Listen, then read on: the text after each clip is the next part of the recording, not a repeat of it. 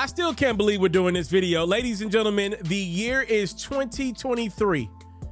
Nearly 30 years since the September 7th, 1996 shooting of Tupac Shakur, who passed away about a week's time later in Nevada.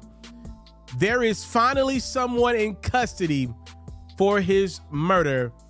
The Las Vegas Police Department announced that Dwayne Keefe D. Davis was arrested early on Friday while on a walk near his home on the outskirts of Las Vegas, hours before prosecutors announced in court that a Nevada grand jury had indicted Davis on one count of murder with a deadly weapon.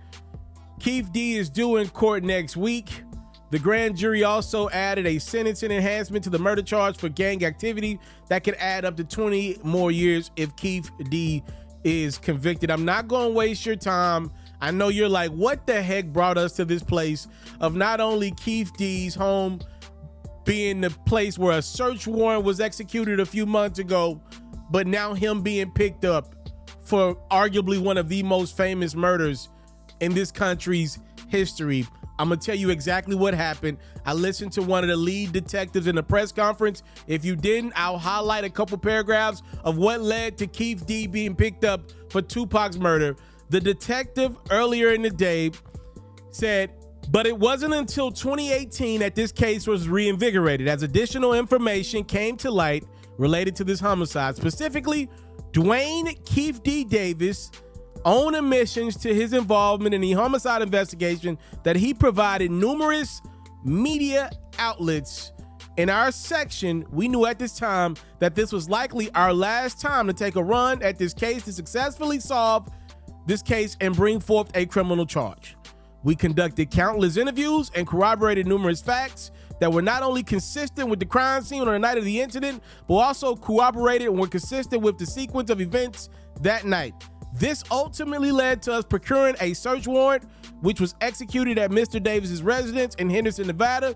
And following that execution of that search warrant, in close coordination with the district attorney's office, this case was presented to the grand jury, which ultimately led to Davis being indicted on charges of murder. So I went back and tried to look up all of Keefe D's interviews that he did around that time. And yes, he did do multiple interviews, but not even close. There's one interview around the 2018 timeframe that Keefe D did, what I believe to be in promotion of his memoir that was released in 2019. There's one interview that stands out and it's not even close. And that is the Keefe D first interview that he did with Vlad TV. And many of you are familiar with Vlad's platform. Look, for what it's worth, the man has made a lot of money getting information out of people that probably should not be on camera giving information. My goal in life is to be one of the best journalists ever. I want to make that clear to you guys. That's my goals and admirations. I'm not one of the best yet, but I will tell you this. I've been in rooms with some of the best journalists in the world. You know, blessed to say that, but that is my reality. None of us, and none of these best journalists that I've been around, some of the best ever, none of us can believe the information that comes out of these Vlad TV interviews sometimes. You can literally put a Vlad interview next to a police interrogation, and be clear, we're not shocked that Vlad asked the questions. If you're gonna give it up to him, that's not his responsibility to pull back. He's doing what he believes to be his job and what his viewers want to listen to.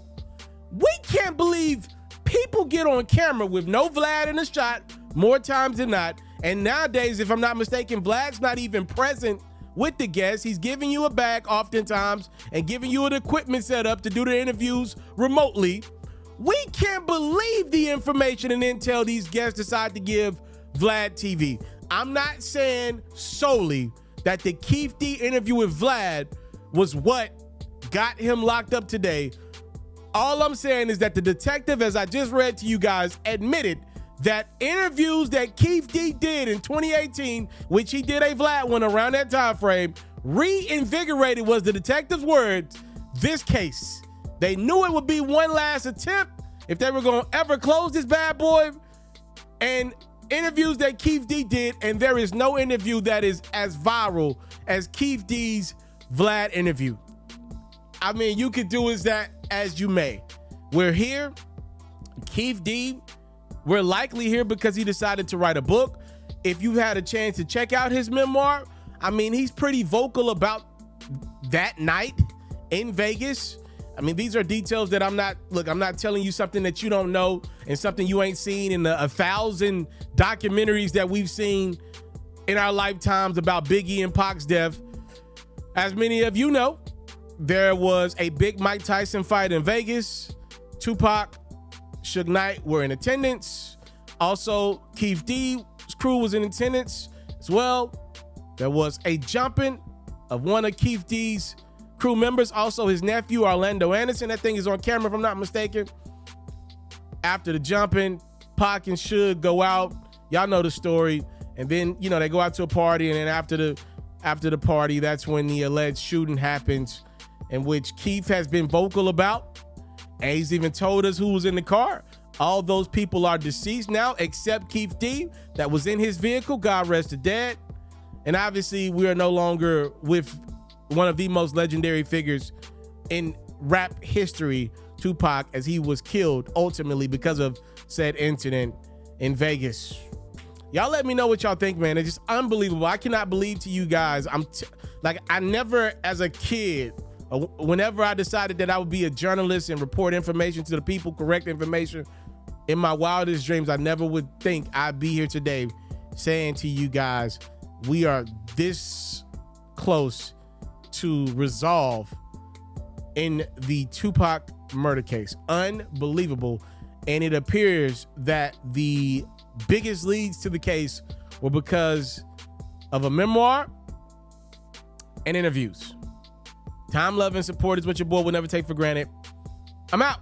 I want to salute you, homie, for building your own thing and doing your own thing. Why build theirs when I believe I can build my own? You've already done it, or I wouldn't be here. I'm already the only elite sports and music journalist in the game today. My goal is simple: to be the best there's ever been. So please don't go. Make sure you subscribe and follow the journey. It truly means everything to me. I tell stories.